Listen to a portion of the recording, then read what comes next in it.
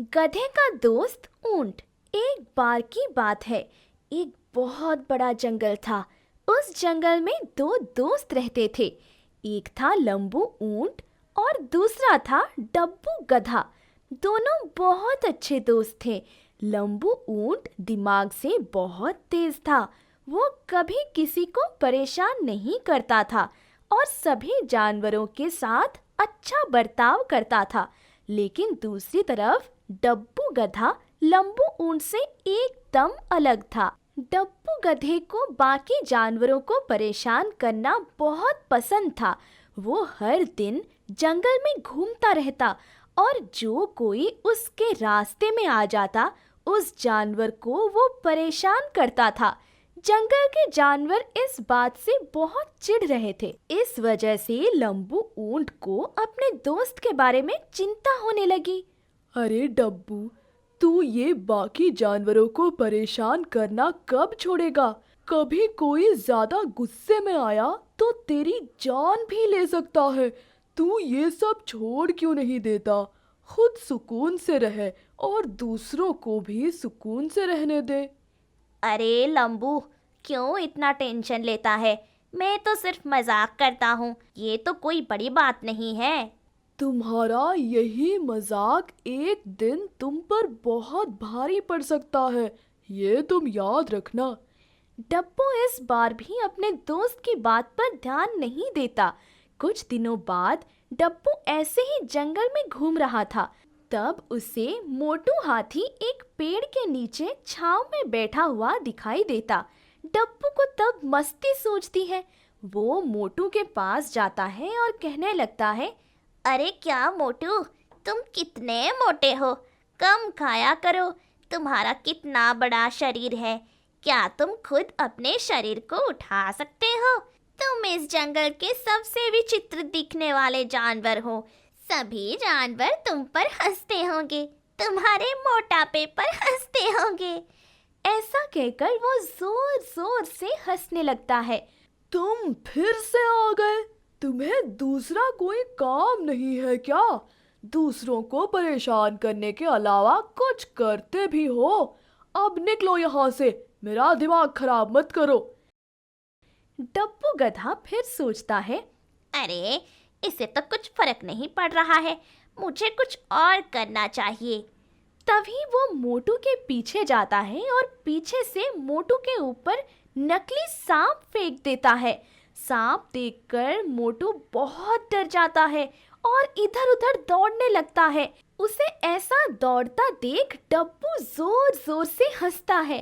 तुम तो सर्कस से भी ज्यादा मजेदार हो। तुम्हारा इतना मोटा शरीर ऐसा दौड़ते देखने का अवसर बार बार तो नहीं आता। और वो फिर से हंसने लगता है। इस बार मोटू हाथी अपना दिमाग खो देता है और उसे बहुत गुस्सा आता है। ये तुमने अच्छा नहीं किया डब्बू, मैं तुम्हें कभी माफ नहीं करूँगा और तुम अब मेरे हाथों से बचोगे नहीं। हम सब तुम्हें नजरअंदाज करते रहे, लेकिन अब बस हो गया, अब तुम्हारी खैर नहीं। मोटू हाथी डब्बू के ओर बढ़ने लगता है और डब्बू बहुत डर जाता है। तभी वहां पर लंबू आ जाता है। मोटू, तुम शांत हो जाओ, उसे माफ कर दो। तुम बीच में मत बोलो लंबू, मैं आज इसे नहीं छोड़ूंगा। मोटू, मुझे पता है तुम्हें बहुत गुस्सा आया है, पर इसे दिमाग नहीं है। इसे कितना भी समझाओ, कितना भी मारो, इसके दिमाग में कुछ नहीं जाने वाला। पर तुम तो समझदार हो, तुम उसे माफ कर दो। डब्बू, यहाँ आओ और मोटू से अच्छे से माफी मांगो, वरना मैं भी तुम्हें नहीं बचा सकता। डब्बू को अपनी गलती का एहसास होता है। मुझे माफ कर दो मोटू, मजाक मजाक में मैं अपनी हद भूल गया। मुझे तुम्हारे साथ ऐसा मजाक नहीं करना चाहिए था। पर मोटू, तुम मेरे बहुत अच्छे दोस्त हो, इसलिए मैंने ऐसा किया।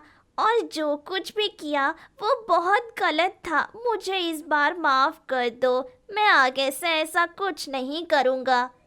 डब्बू, तुम दिल से इस बार माफी मांग रहे हो, इसलिए मैं तुम्हें माफ कर देता हूँ। आगे से ऐसा कुछ मत करना जिससे दूसरों को तकलीफ हो। और मोटू वहां से चला जाता है। डब्बू, अब तो तेरी अकल ठिकाने आई कि नहीं? अगर मैं नहीं आता तो पता नहीं आज क्या हो जाता। हाँ, मुझे अब मेरी गलतियाँ साफ साफ नजर आ रही हैं। मैं आगे से ऐसा कुछ नहीं करूँगा और तुम्हारा बहुत बहुत शुक्रिया।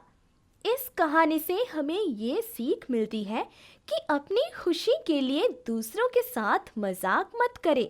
मजाक करना भी एक हद तक के लिए ठीक है, पर अगर दूसरों को अपनी वजह से तकलीफ हो रही है तो ऐसा बर्ताव हमें नहीं करना चाहिए। शुतुरमुर्ग पर बंदर की सवारी।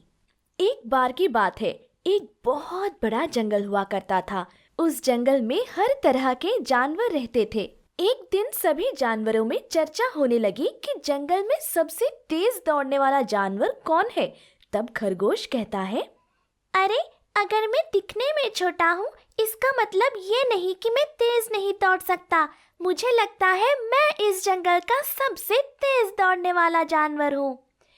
तभी वहां पर हिरन हंसता हुआ आता है और कहता है, इसमें छोटे बड़े की क्या बात है, पर तुम मुझसे तेज तो नहीं हो, ये बात तो पक्की है। सोनू हिरन जब ये कह रहा होता है, तभी वहां पर कालू चीता आ जाता है और कहता है, मेरे सामने तुम दोनों कुछ भी नहीं हो। मेरे यहाँ पर होते हुए तुम दोनों ये कह भी कैसे सकते हो कि तुम जंगल के सबसे तेज दौड़ने वाले जानवर हो। ऐसे ही करके उन तीनों के बीच झगड़ा शुरू हो जाता है। वहीं पर दो दोस्त थे, जिनमें था बबलू बंदर और दूसरा था वीरू शुतुरमुर्ग। सबकी बातें सुनकर बबलू बंदर को रहा नहीं गया और वो एकदम से बोल पड़ा, अरे, सबसे तेज तो मेरा दोस्त भागता है। अब सब जानवर उन दोनों की तरफ देख रहे थे। वीरू शुतुरमुर्ग बहुत ही शर्माता था और उसे खुद में इतना कॉन्फिडेंस नहीं था। वो कभी किसी से बात नहीं करता था। उसका सिर्फ बबलू बंदर ही दोस्त था। जंगल के जानवर कभी कभार उसका इस बात पर मजाक भी उड़ाया करते थे। तब बबलू बंदर की बात सुनकर जंगल के जानवर एकदम से हंस पड़े। ये वीरू शुतुरमुर्ग सबसे तेज दौड़ता है। इससे पहले हमसे ठीक से बात करने को कहो, फिर इसे हम दौड़ाएंगे। बबलू बंदर को गुस्सा आता है और वो कहता है, वो किसी से बात नहीं करता, इसका मतलब ये नहीं कि वो तेज नहीं दौड़ सकता। वो तुम सबसे तेज दौड़ता है और ये मैं दावे के साथ कहता हूँ। वीरू शुतुरमुर्ग तब बहुत ही परेशान होता है और बबलू को कहता है, बबलू, तुम ये क्या कर रहे हो? मैंने थोड़ी ना कहा कि मैं इन सब से तेज दौड़ सकता हूँ। तुम चुप रहो। वीरू शुतुरमुर्ग की ये बात सुनकर जंगल के सभी जानवर हंसने लगते हैं। कालू चीता कहता है, देखो, ये तो खुद ही कह रहा है कि ये तेज नहीं दौड़ सकता। बबलू, तुम अब तो चुप ही रहो। लेकिन फिर बबलू बंदर कहता है, नहीं, मुझे मालूम है मेरा दोस्त सबसे तेज दौड़ता है। अगर तुम सबको भी ये देखना है तो क्यों ना तुम चारों की रेस कराएं, फिर देखते हैं कि कौन जीतता है। सभी जानवर बबलू बंदर की इस बात को मान जाते हैं। 2 दिन बाद जंगल में रेस होने वाली थी। बबलू बंदर और शुतुरमुर्ग घर आ जाते हैं। बबलू, ये तुमने क्या किया? मैं उन सब के सामने नहीं दौड़ सकता। मैंने थोड़ी ना कहा था कि मुझे रेस करनी है। अब मैं बाकियों को कैसे मुंह दिखाऊंगा? तुम चिंता मत करो, मुझे तुम पर पूरा विश्वास है कि तुम सबसे तेज दौड़ोगे और तुम ही ये रेस जीतोगे। नहीं, मैं ये रेस नहीं जीत पाऊंगा। तुम खुद पर विश्वास करो। अगर तुम्हें खुद पर विश्वास नहीं है तो तुम मुझ पर विश्वास करो। तुम्हारा मुझ पर तो विश्वास है ना? हाँ। तो ठीक है, तुम सिर्फ दौड़ने का काम करो और बाकी सब मुझ पर छोड़ दो। ऐसा कहकर दोनों सो जाते हैं। रेस का दिन उजड़ता है। सभी जानवर बड़े से मैदान पर आ जाते हैं। छोटू खरगोश, सोनू हिरन, कालू चीता और वीरू शुतुरमुर्ग लाइन पर खड़े हो जाते हैं।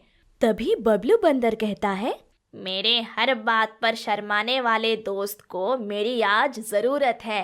इसलिए मैं आज इस पर सवार होकर ये रेस में भाग लेना चाहता हूँ। सभी जानवर हंसते हुए बबलू को इजाजत दे देते हैं। बबलू बंदर वीरू के पीठ पर बैठ जाता है। ठीक है, अब तो मैं तुम्हारे साथ हूँ। तुम्हें डरने की कोई जरूरत नहीं है। खुद पर कॉन्फिडेंस रखो और खूब तेज दौड़ो। वीरू शुतुरमुर्ग सोचता है, अगर बबलू को मुझ पर इतना भरोसा है तो मुझे भी खुद पर भरोसा रखना होगा और आज मैं बबलू के लिए ये रेस जीत कर ही दिखाऊंगा। रेस शुरू हो जाती है। वो चारों बहुत तेजी से आगे बढ़ते हैं, पर आखिरकार वीरू शुतुरमुर्ग और बबलू की जीत होती है। बबलू बंदर बहुत खुश हो जाता है। वो वीरू को अपने गले से लगाता है और कहता है, देखो, मैंने कहा था ना, तुम खुद पर विश्वास रखो और जीत तुम्हारी ही होगी। तुम्हारा मुझ पर जो विश्वास है उसकी वजह से मैं आज ये रेस जीत पाया। तुम्हारा शुक्रिया। सभी जानवर तभी वीरू शुतुरमुर्ग को बधाई देते हैं और वही जंगल का सबसे तेज दौड़ने वाला जानवर है ये घोषित करते हैं। इस कहानी से हमें ये सीख मिलती है कि हमें हमेशा खुद पर विश्वास रखना चाहिए और खुद पर कॉन्फिडेंस होना चाहिए।